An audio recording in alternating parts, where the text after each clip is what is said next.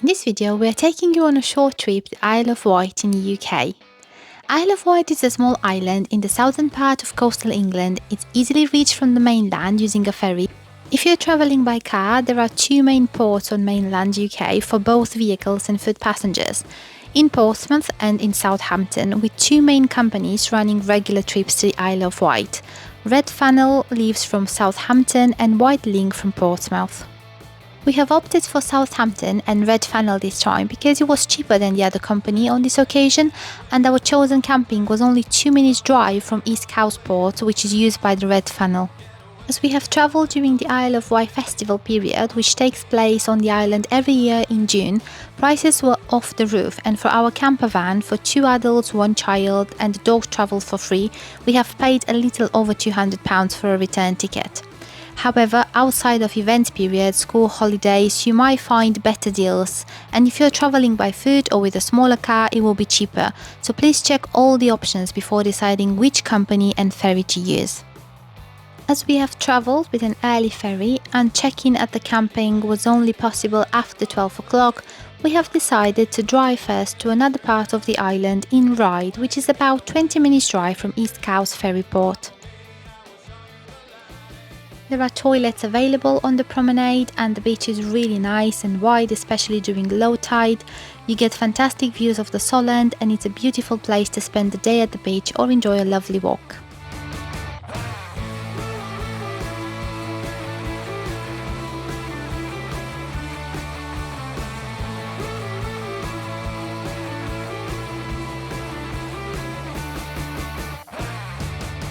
And what's the best way to start your date if not with a full English breakfast? Why not? So we have stopped at Apley Beach Cafe, which is situated right on the promenade and offers beautiful views from the terrace, and we have enjoyed a really nice breakfast. They have big portions, they are delicious and with decent prices. The beach has some restrictions for dogs from the end of May until September, and the areas where they are not allowed are clearly marked. We have really enjoyed this beach, and we are sure on a nice sunny and warm day it is perfect for sunbathing and swimming.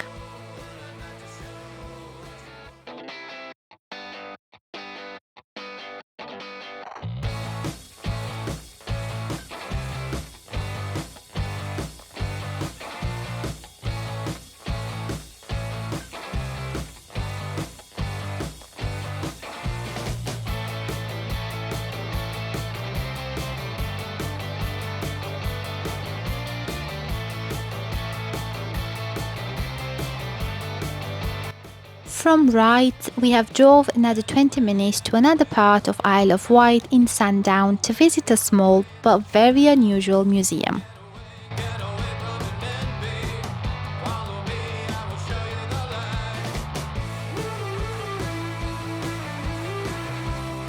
We have parked at the Hyde car park, and I'll leave the details on the screen. It's a pay and display car park for which we have paid £2.50 for 1 hour of parking, and it's really close to the museum.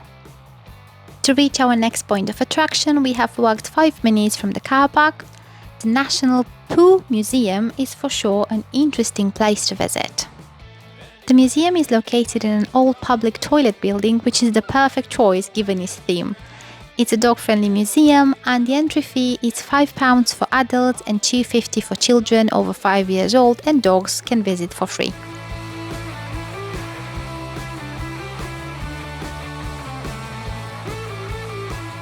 It is a very small museum, but with a lot of interesting and weird things. You will get a chance to see poo specimens from all sorts of animals, birds, even human, so not your usual museum. There are a few selfie spots, interactive displays for children, and a lot of information about poo-related topics.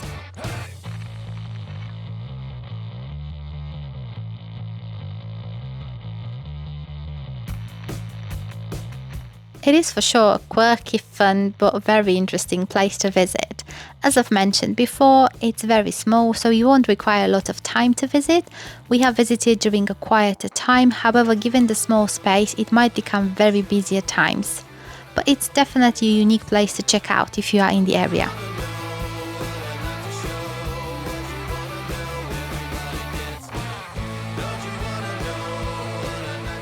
Right next to the museum's exit, it's a lovely viewing platform where you can stop and take in the views or enjoy a snack on one of the benches in the area.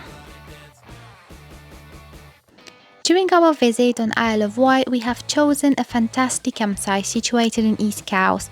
It's 2 minutes away from the port, so it's perfect if you're travelling with the Red Funnel ferry.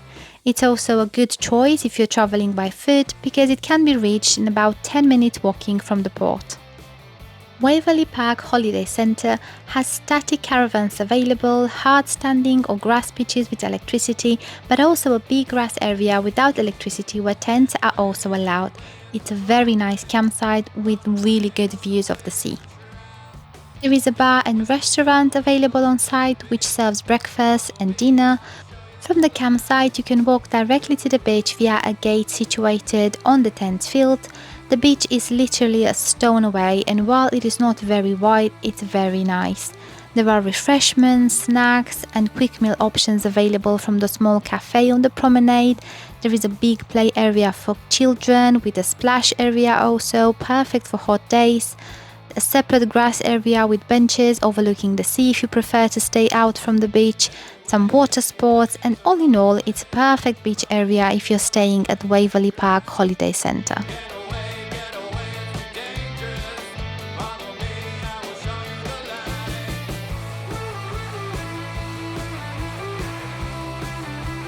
From the beach, you can walk about 10 minutes on the promenade and you will reach the port and the small shops in East Cowes. There is also a big supermarket there available for all your food needs and some more cafes and shops, so plenty to choose from if you need to restock while you are in the area.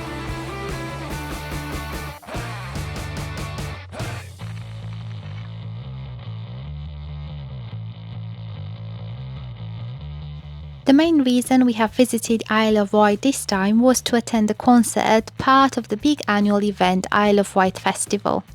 The festival is unfortunately not dog friendly, so one of us had to stay at the campsite with our dog, hence we have chosen the camping spot really close to transport links with the festival, and again Waverley Park was perfect for this.